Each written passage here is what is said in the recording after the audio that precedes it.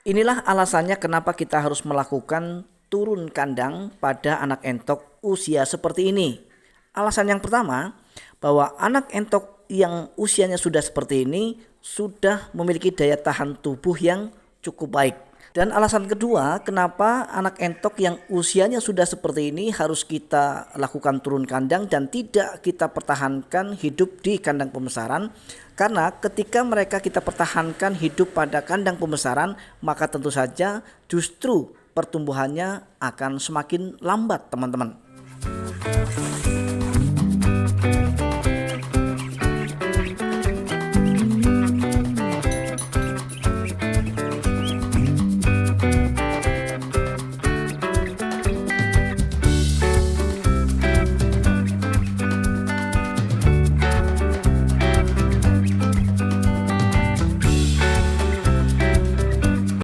Assalamualaikum warahmatullahi wabarakatuh. Selamat datang, selamat bergabung, serta selamat berjumpa kembali di channel Rusky Bikatra. Apa kabar Anda hari ini? Mudah-mudahan kalian semua senantiasa dalam keadaan sehat walafiat, murah rezekinya, serta dimudahkan dalam segala urusannya. Amin ya rabbal alamin. Teman-teman dan sobat semua, pada kesempatan yang sangat-sangat baik ini kita akan sharing dan berbagi kembali, terutama tema yang akan kita bahas kali ini adalah seberapa penting proses turun kandang itu kita lakukan. Apakah kita memang harus betul-betul melakukan proses turun kandang, yaitu menurunkan anak entok kita ini yang dari kandang panggung menuju kandang tanah, atau kita tidak harus ya untuk melakukan proses turun kandang. Dan kalaupun kita akan melakukan proses turun kandang, itu sebaiknya di usia berapa untuk usia yang efektif. Kita akan mulai membahas yang pertama, yaitu seberapa penting sebetulnya proses turun kandang itu kita lakukan. Jadi kalau menurut pengalaman teman-teman dan sahabat semua, proses turun kandang itu dilakukan ketika kita memang hanya memiliki kandang yang sempit ya, untuk membesarkan anak entok kita di kandang panggung. Namun apabila kita memang memiliki lahan yang luas, kemudian kandang panggungnya lebar, sebetulnya proses turun kandang itu tidak perlu dilakukan. Dalam tanda kutip, ketika ternak yang kita kelola adalah ternak pembesaran, teman-teman. Yang mana pada ternak pembesaran ini kita hanya akan membesarkan anak-anak entok yang memiliki jenis kelamin pejantan. Dan kita tidak mengharap hasil telur, teman-teman ya. Maka saya sampaikan di awal, ini berlaku hanya untuk ternak pembesaran. Kita boleh untuk menggunakan kandang panggung dari 0 sampai kepada usia panen jika lokasi untuk teman-teman beternak itu adalah lokasi yang luas untuk bisa mendirikan kandang panggung yang sesuai dengan populasi.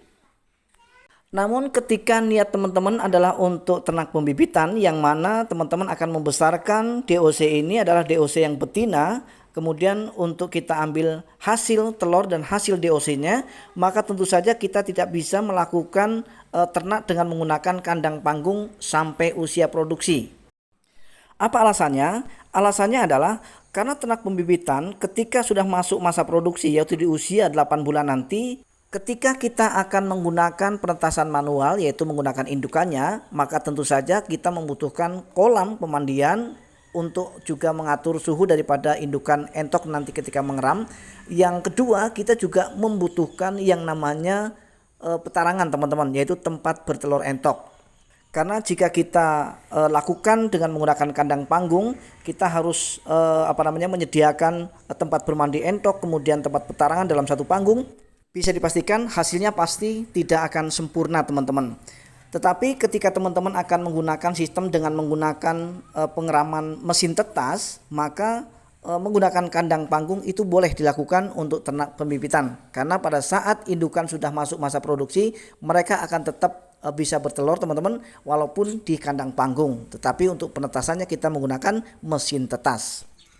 Itu pembahasan yang pertama. Kemudian pembahasan yang kedua adalah di usia berapa sebaiknya kita akan melakukan proses turun kandang. Jadi hari ini teman-teman, tanggal 6 Juli 2024 kita sudah melakukan proses turun kandang pada anakan entok kita yang usianya 45 hari. Jadi kenapa saya memilih di usia 45 hari? Alasan yang pertama, karena pada usia 45 hari, anak entok sudah memiliki daya tahan tubuh yang cukup bagus, sehingga tahan terhadap angin, tahan terhadap penyakit, dan yang lebih penting teman-teman dan sahabat semua, mereka akan leluasa untuk bergerak ke sana kemari dengan bebas. Nah, kemudian alasannya kenapa di usia 45 hari kita harus melakukan proses turun kandang untuk ternak pembesaran kita.